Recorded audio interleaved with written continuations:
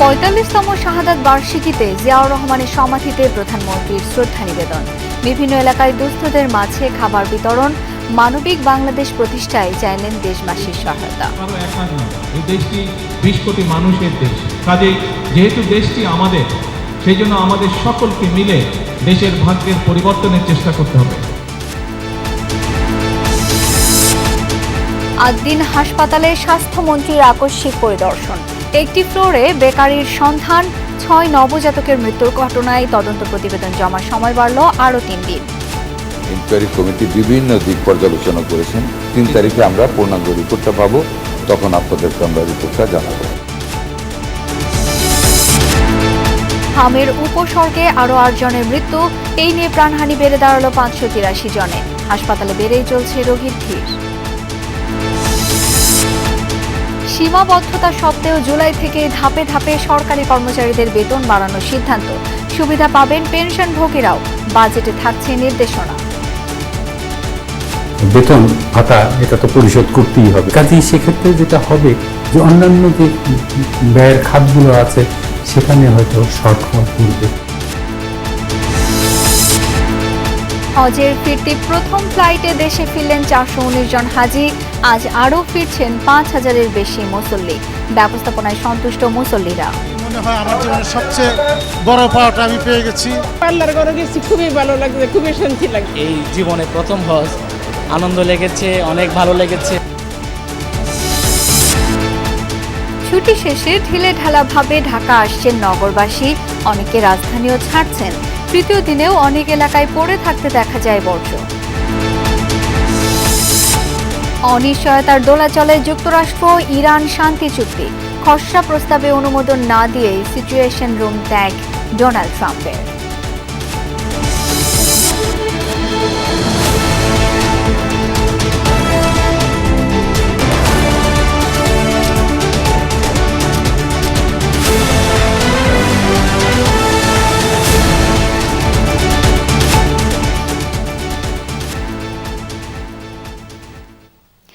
ঈদ মোবারক। আমন্ত্রণ সন্ধ্যার বাংলাদেশে, সাথে আছি আমি শাওন দত্ত। এতক্ষণ শিরোনামগুলো দেখছিলেন। বিএনপির প্রতিষ্ঠাতা ও শহীদ রাষ্ট্রপতি জিয়াউর রহমানের ৪৫তম শাহাদাত বার্ষিকীতে সমাধিতে শ্রদ্ধা জানিয়েছেন প্রধানমন্ত্রী তারেক রহমান। পরে দলের পক্ষ থেকেও শ্রদ্ধা নিবেদন করা হয়। দিনটি স্মরণে রাজধানীর বিভিন্ন এলাকায় দুস্থদের মাঝে খাদ্য সামগ্রী ও বস্ত্র বিতরণ করেন প্রধানমন্ত্রী। এ সময় তিনি বলেন, জিয়াউর রহমানের দেখানো পথেই দেশ পরিচালনা করতে চায় বিএনপি সরকার। জাতীয়তাবাদী রাজনীতির বিকাশে যার ভূমিকা এখনও রাজনৈতিক অঙ্গনে প্রাসঙ্গিক, সেই জিয়াউর রহমানের শাহাদাত বার্ষিকীতে জিয়া উদ্যানে জনতার ঢল। দীর্ঘ ২ দশক পর বাবার শাহাদাত বার্ষিকীতে সমাধিতে এসে আবেগপ্রবণ পুত্র প্রধানমন্ত্রী তারেক রহমান। জিয়াউর রহমানের সমাধিতে শ্রদ্ধা জানান প্রধানমন্ত্রী। সিনিয়র নেতাদের নিয়ে দলের প্রতিষ্ঠাতা জিয়াউর রহমানের সমাধিতে আরেকবার শ্রদ্ধা জানান বিএনপি চেয়ারম্যান তারেক রহমান।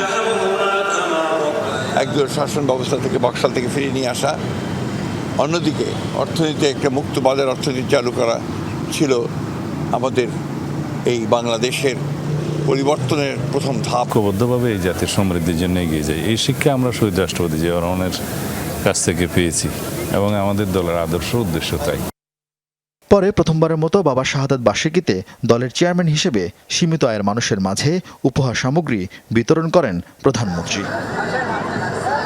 রাজধানী স্কুল থেকে শুরু করে ঢাকা মহানগরের উত্তরের শ্যামলী, বাংলা কলেজ, মিরপুর, পল্লবী, ইসিবি, কুড়িল ও বাড্ডায় উপহার সামগ্রী বিতরণ করা হয়। প্রধানমন্ত্রী বলেন, জিয়াউর রহমানের দেখানো পথেই দেশ গঠনে কাজ করছে সরকার। শহীদ রাষ্ট্রপতি জিয়াউর রহমান আমাদেরকে শিক্ষা দিয়ে গিয়েছেন যে আপনার কিভাবে দেশ গঠন করতে হবে, কিভাবে মানুষের পাশে দাঁড়াতে হবে। আমরা চেষ্টা করছি আমাদের সর্বোচ্চ শক্তি দিয়ে দেশকে সামনের দিকে এগিয়ে নেওয়ার জন্য। এই দেশটি কারো একার নয়, এই দেশটি ২০ কোটি মানুষের দেশ, কাজে যেহেতু দেশটি আমাদের, সেই জন্য আমাদের সকলকে মিলে দেশের ভাগ্যের পরিবর্তনের চেষ্টা করতে হবে।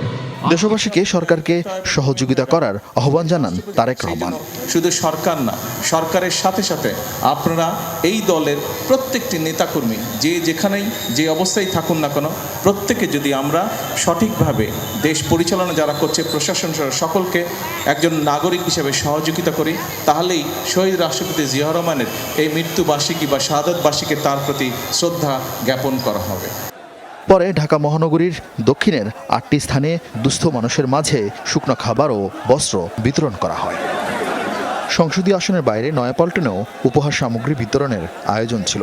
বিএনপির 5টি সহযোগী সংগঠনের উদ্যোগে কয়েকশো অসহায় মানুষের হাতে বস্ত্র সামগ্রী তুলে দেন প্রধানমন্ত্রী তারেক রহমান। আরিফিন শাকিল, যমুনা নিউজ, ঢাকা। আদ্দিন হাসপাতালে 6 নবজাতকের রহস্যজনক মৃত্যুর ঘটনায় আজ স্বাস্থ্যমন্ত্রীকে প্রাথমিক তদন্ত রিপোর্ট দিয়েছে তদন্ত কমিটি। প্রাথমিক অনুসন্ধানে পোস্ট অপারেটিভ ওয়ার্ডে প্রায় 2 ঘন্টা এসি বন্ধ থাকার তথ্য মিলেছে। পাশাপাশি সেখানে পর্যাপ্ত ভেন্টিলেশন ব্যবস্থা না থাকার বিষয়টিও উঠে এসেছে। এসব তথ্য নিশ্চিত করেছেন স্বাস্থ্যমন্ত্রী সরদার মোহাম্মদ সাখাওয়াত হোসেন। চূড়ান্ত রিপোর্ট দেয়া হবে 3 জুন। গত 27 মে রাজধানীর মগবাজারে আদ্দিন হাসপাতালে একই ওয়ার্ডে 6 নবজাতকের মৃত্যুর ঘটনায় দেশ জুড়ে ছড়ায় উদ্বেগ উৎকণ্ঠা। ঘটনার পরই কারণ অনুসন্ধানে তদন্ত কমিটি গঠন করে স্বাস্থ্য অধিদপ্তর। শনিবার প্রতিবেদন জমা দেওয়ার কথা থাকলেও অগ্রগতি পর্যালোচনায় সকালে স্বাস্থ্য অধিদপ্তরে যান স্বাস্থ্যমন্ত্রী সরদার মোহাম্মদ সাখাওয়াত হোসেন। করেন তদন্ত সংশ্লিষ্টদের সঙ্গে বৈঠক। পরে স্বাস্থ্যমন্ত্রী জানান, প্রাথমিক অনুসন্ধানে পোস্ট অপারেটিভ ওয়ার্ডে প্রায় 2 ঘন্টা এসি বন্ধ থাকার তথ্য পাওয়া গেছে। পাশাপাশি সেখানে পর্যাপ্ত ভেন্টিলেশন ব্যবস্থা না থাকার বিষয়টিও উঠে এসেছে। এসি বন্ধ ছিল, কয় ঘন্টা ছিল বন্ধ? 2 ঘন্টার জন্য। একটা মায়ের রিকোয়েস্টে 2টা থেকে 4টা পর্যন্ত এসিটা বন্ধ ছিল। ঘরে কোনো ভেন্টিলেশন সিস্টেম ছিল না। কথাগুলি এসে সবই আমি রিপোর্টে দেখেছি, পয়েন্ট যেগুলো অবজার্ভ করা হয়েছে দেখেছি। তদন্ত প্রতিবেদন প্রায় প্রস্তুত বলেও জানান মন্ত্রী।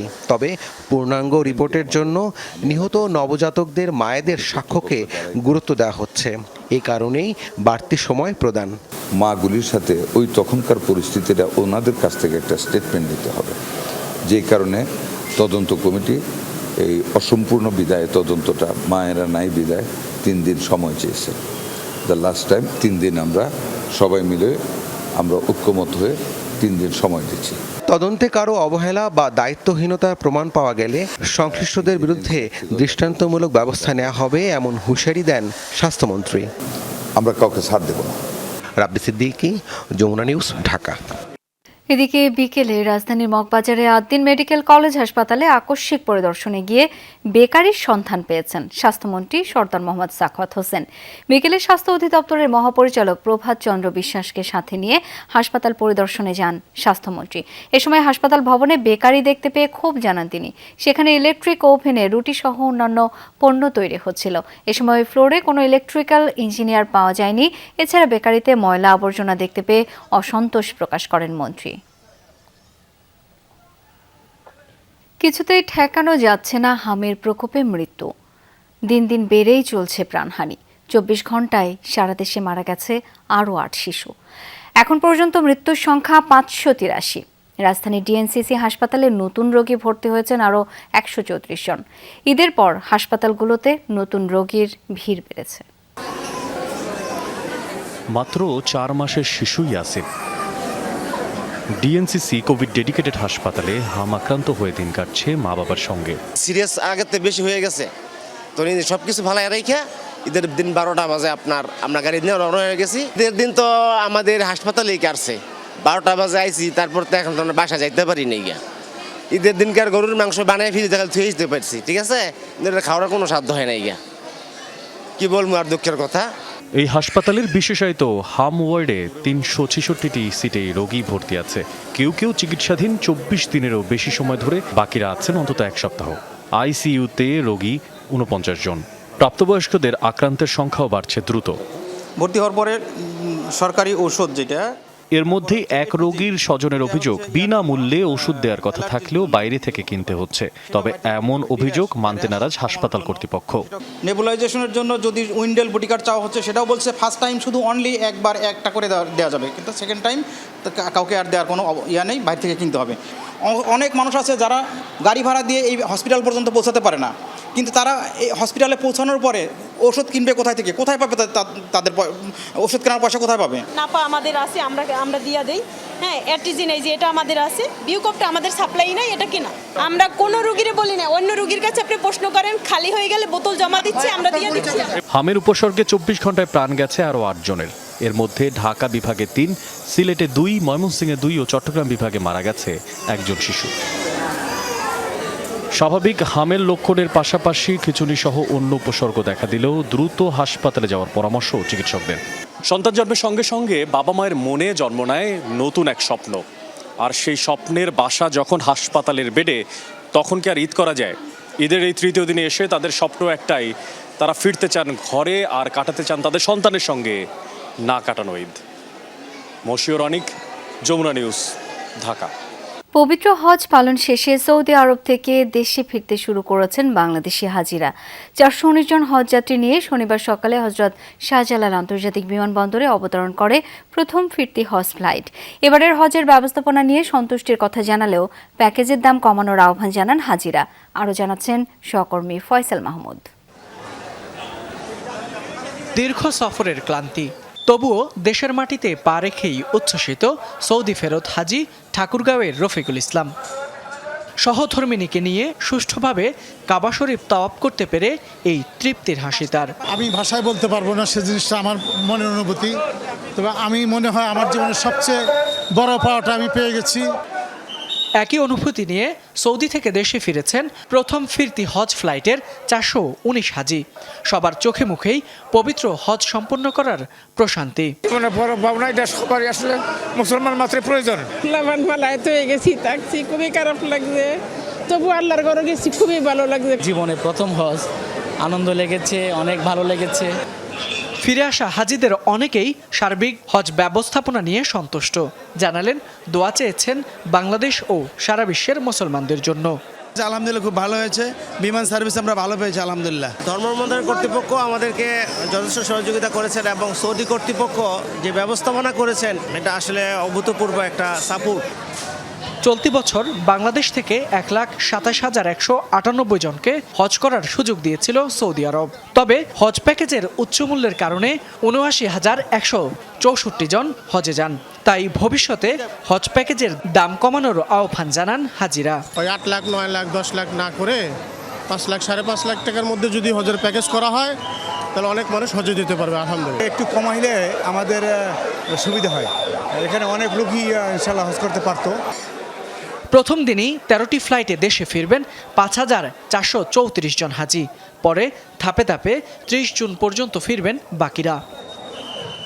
প্রতিটি ধর্মপ্রাণ মুসলমানেরই স্বপ্ন থাকে পবিত্র হজ পালন করার, আর সেই স্বপ্ন পূরণ হয় উচ্ছ্বাস প্রকাশ করছেন সৌদি আরব ফেরত এই হজযাত্রীরা।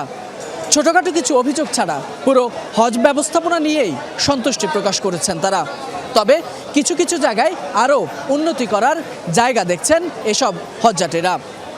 ফয়সাল মাহমুদ, যমুনা নিউজ, ঢাকা। 12 ঘন্টার মধ্যে বর্জ্য অপসারণের ঘোষণা দিয়েও ব্যর্থ ঢাকার 2 সিটি কর্পোরেশন। শনিবারও ঢাকা দক্ষিণ সিটির নারিন্দা, যাত্রাবাড়ি, বকশীবাজার সহ বেশ কিছু গুরুত্বপূর্ণ এলাকায় বর্জ্যের স্তূপ দেখা যায়। সিটি কর্পোরেশন বলছে, গত 3 দিনে দক্ষিণ সিটি থেকে কমপক্ষে 29,000 টন বর্জ্য চূড়ান্ত ডাম্পিং করা হয়েছে। এখনও চলমান সিটি কর্পোরেশনের পরিচ্ছন্নতা কার্যক্রম। শনিবারের মধ্যে কুরবানির বর্জ্য অপসারণের ঘোষণা ছিল 2 সিটি কর্পোরেশনের। তবে প্রকৃত চিত্র কিছুটা ভিন্ন। রাজধানীর অনেক এলাকায় এখনও পড়ে আছে কুরবানির পশুর বর্জ্য। সকালে ঢাকা দক্ষিণ সিটির নারিন্দা এলাকার বিভিন্ন সড়কে কুরবানির পশুর বর্জ্যের স্তূপ দেখা যায়। স্থানীয়দের অভিযোগ, 2 দিন আগের বর্জ্য পড়ে আছে এখনও দুর্গন্ধে টেকা দেয়। রক্ত এখানে সব পড়ে রয়েছে, দেখেন না এখানে পরিবেশ কেমন হয়ে রয়েছে। সুইপার আসে না ময়লা নিবার জন্য, কারা করবো এখানে, কারা সাপক পরিষ্কার করবো। আমাদের এখানে গন্ধ খেলা যায় না, তারপর অনেক সময় গোবর থাকে, পরিষ্কার করা হয় না। তো আবার 2 দিন ধরে আসতেছে না সিটি কর্পোরেশনের লোক। বেলা 12টায় রাজধানীর বকশীবাজার আলিয়া মাদ্রাসার সড়কে পশুর বর্জ্য পড়ে থাকতে দেখা যায়। গণমাধ্যমের উপস্থিতি দেখে বাড়ে পরিচ্ছন্নতার তোড়জোড়। এমনকি ধানমন্ডির 6 নম্বর সড়কেও নতুন ও পুরাতন বর্জ্য পড়েছিল রাস্তায়। নগরবাসীর অভিযোগ, সমন্বয়হীনতা ও পরিকল্পনার অভাবেই সমস্যার এই পুনরাবৃত্তি। অনেক কষ্ট হইতেছে গন্ধতে, এই সেটে ওই সেটে সব দিকে ময়লা। হাঁটা চলা করতেছে, গন্ধ আসতেছে, এদিক দিয়ে যাওয়া আসা করতেছি না, খেলতে পারতেছি না। কিন্তু আমাদের এখানে দেখেন ময়লা এখনো পরিষ্কার করা হয়নি। এটা ব্যর্থতা, এটা দায়টা কে নিবে? এখনও সিটি কর্পোরেশনের বর্জ্য অপসারণ এবং পরিচ্ছন্নতা কার্যক্রম চলমান। ঢাকা দক্ষিণ সিটি কর্পোরেশনের তথ্য অনুযায়ী গত 3 দিনে 29,000 টন বর্জ্য চূড়ান্ত ডাম্পিং করেছে তারা। রাব্বি হোসেন, যমুনা নিউজ, ঢাকা। সরকারি কর্মচারীদের জন্য আসছে সুখবর। দীর্ঘ প্রতীক্ষার পর বাড়ছে বেতন। তবে সীমাবদ্ধতার কারণে কাঙ্ক্ষিত বৃদ্ধি হচ্ছে না। জুলাই থেকে ধাপে ধাপে বেতন বৃদ্ধি চিন্তা করছে সরকার। আসন্ন বাজেটে এই বিষয়ে থাকবে দিক নির্দেশনা। কর্মচারীরা বলছেন, আয়ের তুলনায় ব্যয়ের ব্যবধান অনেক। মূল্যস্ফীতির কারণে বেতন দিয়ে জীবন নির্বাহ করা কঠিন।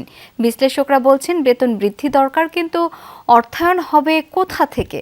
আয় বৃদ্ধি না হলে সংকুচিত হবে ব্যয়ের খাত। রিমন রহমানের রিপোর্টে বিস্তারিত। প্রশাসনের প্রাণকেন্দ্র সচিবালয়। ভর্তুকি দামে টিসিবির পণ্য বিক্রির দৃশ্য। বাজার থেকে কিছুটা কম দামে তেল, ডাল, চিনি নিতে সরকারি কর্মচারীদের ভিড়। নিয়মিতই থাকে এমন জটলা। দাপ্তরিক কাজ ফেলে কর্মচারীরা পণ্যের জন্য লাইন ধরেন, কারণ দামের সঙ্গে আর কুলিয়ে ওঠা যাচ্ছে না। 15 দিনেই শেষ হয় বেতন। পে স্কেলটা না দিলে আমরা চলতে পারতেছি না। আমাদের 15 দিন পরে আমাদের টাকা শেষ। সব কিছুর দাম বাড়ছে, বেতন বাড়েনি, এটাই বাস্তব সত্য কথা। আর এই সরকার আমাদেরকে বলছে যে দিবে, পে স্কেল দিবে, আমরা আশাবাদী। সরকারি কর্মচারীদের বড় অংশেরই এমন দুরবস্থা। দীর্ঘ সময় ধরে উচ্চ মূল্যস্ফীতিতে হাসপাস অবস্থা। বাড়ছে আয়ের সঙ্গে ব্যয়ের ব্যবধান। সরকারি চাকরিজীবীদের বেতন পর্যালোচনায় গেল বছরের জুলাই মাসে পে কমিশন গঠন করে অন্তর্বর্তী সরকার। চলতি বছরের জানুয়ারিতে জমা হয় সেই কমিটির রিপোর্ট।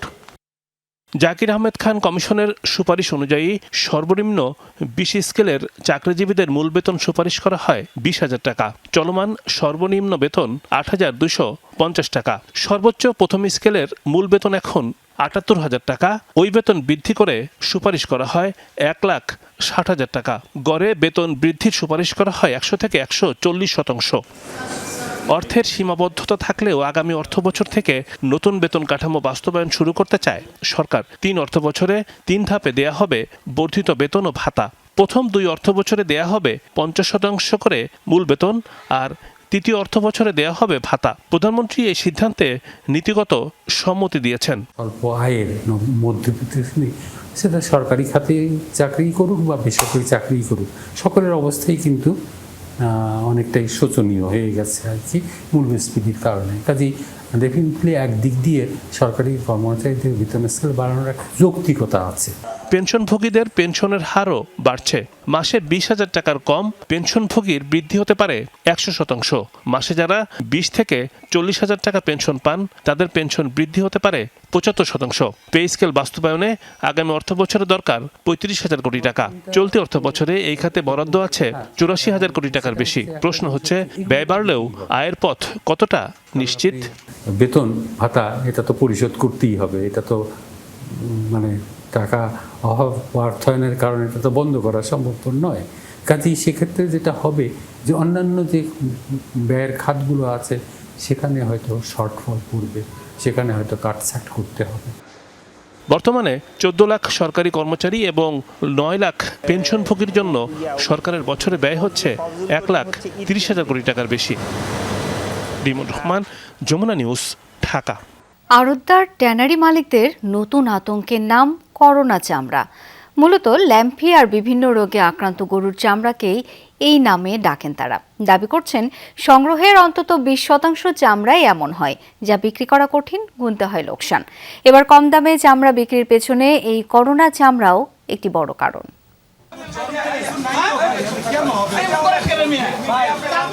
চামড়ার দাম নিয়ে ক্রেতা বিক্রেতার বাকবিতণ্ডার চিত্র কোরবানির 2 দিন ধরে খুবই চেনা। কিন্তু এখানে বাহাস হচ্ছে চামড়ার মান নিয়ে। কিছু চামড়ার মান খারাপ থাকায় বেছে কিনতে যাচ্ছেন আড়তদার, আর বিক্রেতা চান এভারেজে বিক্রি। কি আর করোনা আমরা জীবন জানি না করোনার ব্যাপারটা। এখন ব্যবসায়ীরা বলতেছে করোনা, আমাদের বাড়ির সামনে রেট দিতেছে 500 টাকা 80 টাকা, আর এই জায়গায় বলতেছে এভারেজ দিব না। নতুন একটা রোগ বেরোয়েছে যেটা করোনা রোগ, ওই চামড়াটা আপনার কেজি হিসেবে নিচ্ছে, মানে ওইটা এভারেজে নিচ্ছে না। ওই চামড়াটা বিক্রি হচ্ছে লবণ দেওয়ার পর 200 টাকা। করোনা চামড়া এই নাম চামড়া ব্যবসায়ীদের দেওয়া। মূলত লাম্পিয়ার বিভিন্ন রোগে আক্রান্ত গরুর চামড়াকেই এই নামে ডাকা হয়। আড়তদারদের দাবি তাদের সংগ্রহ করা অন্তত 20% চামড়াই এমন। এই চামড়া নিতে অনীহা বায়ারদের, ফলে গুনতে হয় লোকসান। তাই কম দামে চামড়া খরিদের পেছনে গুণগত মানের বিষয়টিও বড় কারণ। একজনে হয়তো 20টা নিয়ে আসে, একজনে 10টা নিয়ে আসে, আমরা ওইভাবে রেট করে কিনি।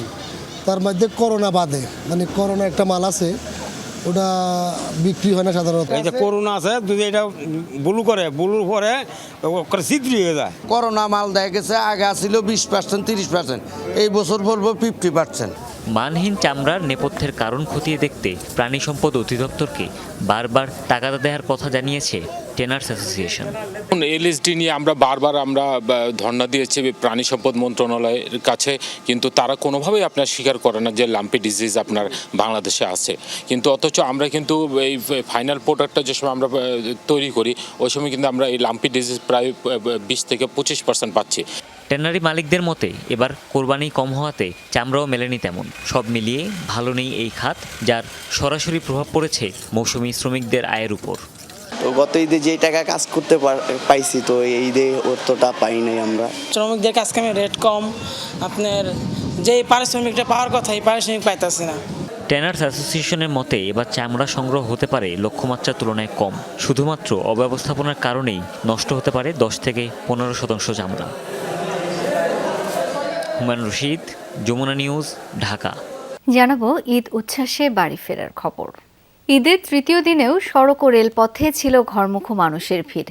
নানা প্রয়োজনে ছুটি শেষের আগেই রাজধানীতে ফিরতে শুরু করেছেন অনেকে। সার্বিক ব্যবস্থাপনা নিয়ে সন্তোষ প্রকাশ করেছেন বেশিরভাগ যাত্রী, তবে কিছু রুটে পাওয়া গেছে অতিরিক্ত ভাড়া নেয়ার অভিযোগও।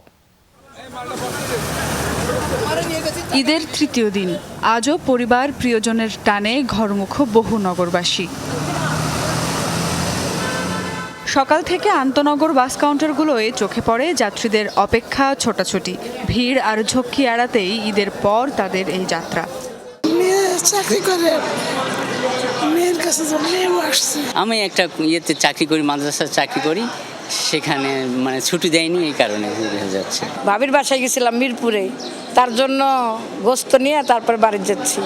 অবশ্য কর্মস্থলে ফেরা নগরবাসীর চাপ এখনও শুরু হয়নি সেভাবে। বাস কাউন্টার কর্তৃপক্ষ বলছে আজ রাত থেকেই বাড়তে পারে ঢাকায় ফেরা যাত্রীদের চাপ।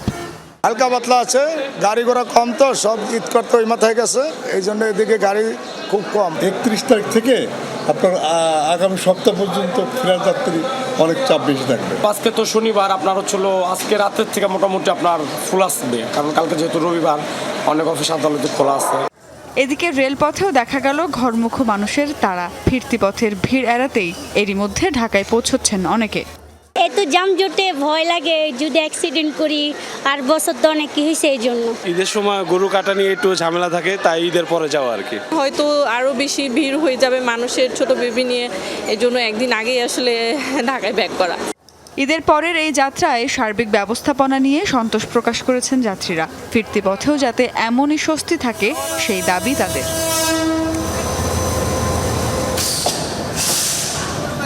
সুমাইয়া ঐশী, যমুনা নিউজ, ঢাকা। ঈদের ছুটিতে ফাঁকা রাস্তা, নেই যানজট, হর্নের বিকট শব্দ।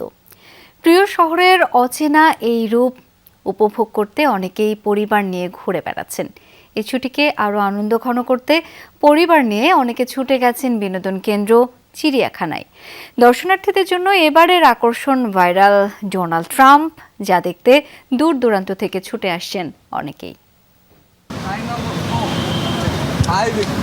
ঈদ এলেই চিরচেনা ঢাকার চেহারা পাল্টে যায়। যানজট আর কোলাহলপূর্ণ শহর পুরোটাই শান্ত ও ফাঁকা, শব্দ বায়ুদূষণও অনেকটা কম। ঈদের ছুটিতে যারা ঢাকায় আছেন ফাঁকা রাস্তায় ফুরফুরে মেজাজে তারা ঘুরে বেড়াচ্ছেন। এর মাঝে নতুন এআই সিগন্যাল ও শৃঙ্খলাপূর্ণ চলাচল মানুষকে নতুন বাংলাদেশের স্বপ্ন দেখাচ্ছে। ঢাকা শহরে এত ফাঁকা থাকাতে এত ভালো লাগছে বলার মতো না। এত মজার, সেটা আমার সেই ঢাকার ছোট সময়ের স্মৃতিকে রোমাঞ্চিত করে। মানুষ আগের চেয়ে অনেক সচেতন হয়ে গেছে, এখন আর আগের মতো হাত দিয়ে ইশারা করে আমাদেরকে থামাতে হচ্ছে না। ঈদের ছুটিতে বরাবরের মতোই চিড়িয়াখানায় ছিল উপচে পড়া ভিড়। ছোট্ট শিশুদের নাম না জানা পশু পাখির সাথে পরিচয় করিয়ে দিতে মিরপুর চিড়িয়াখানায় নিয়ে যান অভিভাবকরা। নিজেরাও গাছগাছালির ছায়ায় কিছুটা অবসর সময় কাটান। আমি চিড়িয়াখানায় আজকে এসেছি, আমার এসে খুবই ভালো লাগছে। আমি প্রথমবারই ঢাকায় এসেছি, সেই জন্য আমার খুব ভালো লাগে। চিড়িয়াখানায় এবার নতুন অতিথি ভাইরাল ডোনাল্ড ট্রাম্প মহিষ, যা সব বয়সী মানুষের আগ্রহের কেন্দ্রবিন্দু। ডোনাল্ড ট্রাম্পের নামের মহিষটি কি খাচ্ছে, কিভাবে চলছে, তার সব খুঁটিনাটি জানার আগ্রহ সবার মাঝে। শুধু রাজধানীবাসীই নয়, ঢাকার বাইরে থেকেও চিড়িয়াখানায় ছুটে আসছেন বহু দর্শনার্থী। মূলত ডোনাল্ড ট্রাম্পকে দেখতেই আসছি। মহিষটাকে দেখার জন্য বেশি ভিড় করতেছে, তাই বলা যায় সব মিলে আলহামদুলিল্লাহ সবাই খুবই খুশি, আমরাও খুশি। উপচে পড়া এই ভিড় সামলাতে ও নিরাপত্তা নিশ্চিতে এবার কঠোর ব্যবস্থা নিয়েছেন চিড়িয়াখানা কর্তৃপক্ষ। ঈদকে কেন্দ্র করে এখানে দর্শনার্থীদের ঢল নামে। একজন দর্শনার্থী যাতে নিরাপদে চিড়িয়াখানা ভিজিট করতে পারেন, সেই জন্য প্রথমেই গেটে যাতে একটা জটলা তৈরি না হয়, আমরা সেখানে যে কিউ সংখ্যা এটি বাড়িয়ে দিয়েছি এবং টিকিট কাউন্টারের সংখ্যাও বাড়িয়ে দিয়েছি। ঈদের দ্বিতীয় দিনে প্রায় 1,30,000-এর বেশি মানুষ ভিড় করছেন বাংলাদেশ জাতীয় চিড়িয়াখানায়। শাজদিন অন্তরা, যমুনা নিউজ, ঢাকা। সিলেটের জাফলংকে একটি পূর্ণাঙ্গ পর্যটন এলাকা হিসেবে গড়ে তুলতে সরকার কাজ করছে বলে জানিয়েছেন প্রবাসী কল্যাণ ও শ্রম মন্ত্রী আরিফুল হক চৌধুরী। দুপুরে সিলেটের জাফলং এলাকা পরিদর্শন করেন তিনি। এ সময় পর্যটকদের খোঁজ খবর নেন মন্ত্রী। আগামী 1 বছরের মধ্যে পর্যটকদের সকল সুবিধা নিশ্চিতের আশ্বাস দেন তিনি। সেই সাথে পর্যটন এলাকাকে মাদকমুক্ত করে পর্যটকদের নিরাপত্তা নিশ্চিত করতে স্থানীয় প্রশাসনকে নির্দেশনা দেন আরিফুল হক চৌধুরী।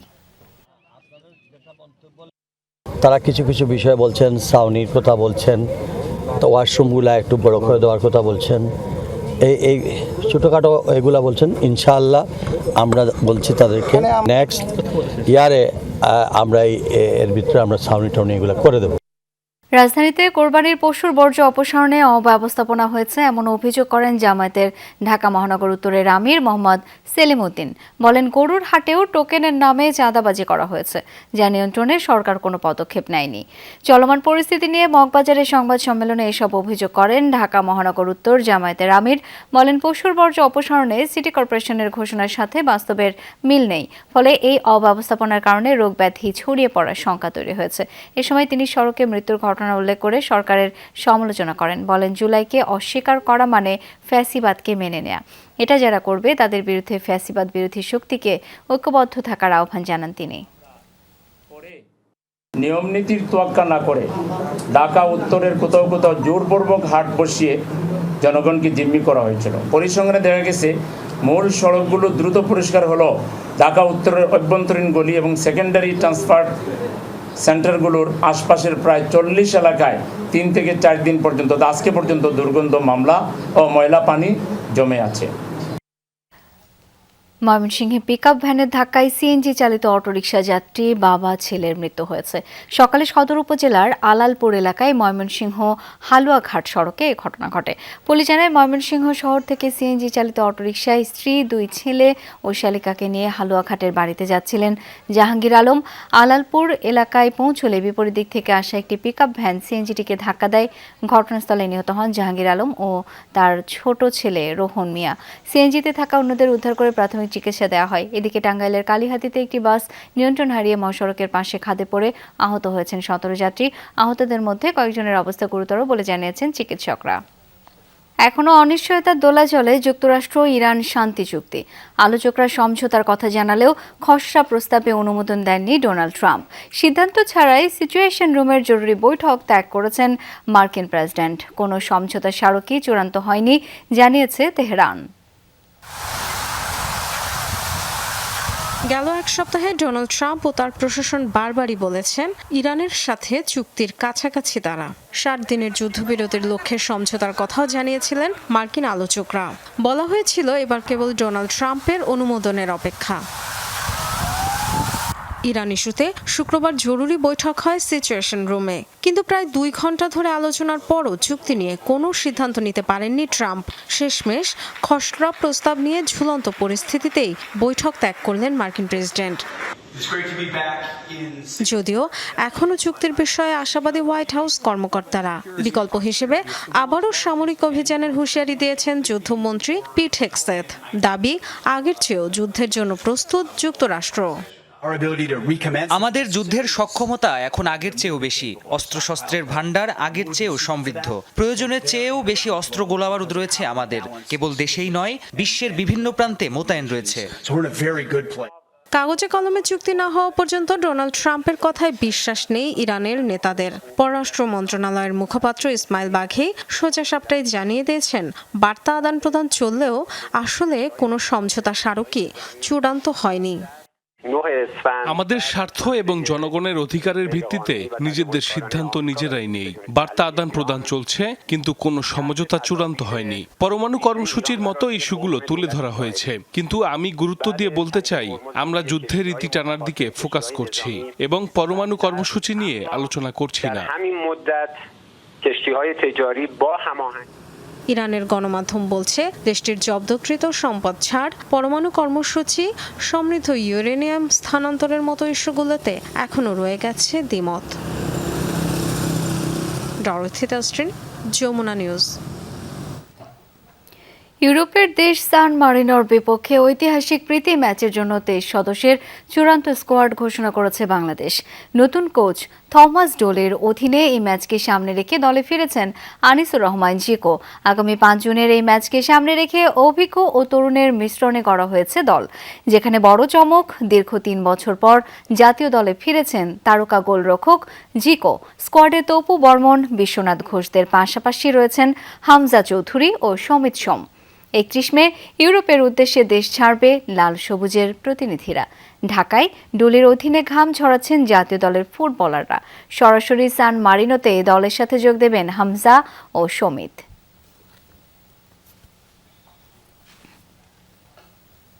আর এই ছিল সন্ধ্যার বাংলাদেশের আয়োজনে। ধন্যবাদ এতক্ষণ আমাদের সাথে থাকার জন্য। সবাইকে আবারও ঈদ মোবারক।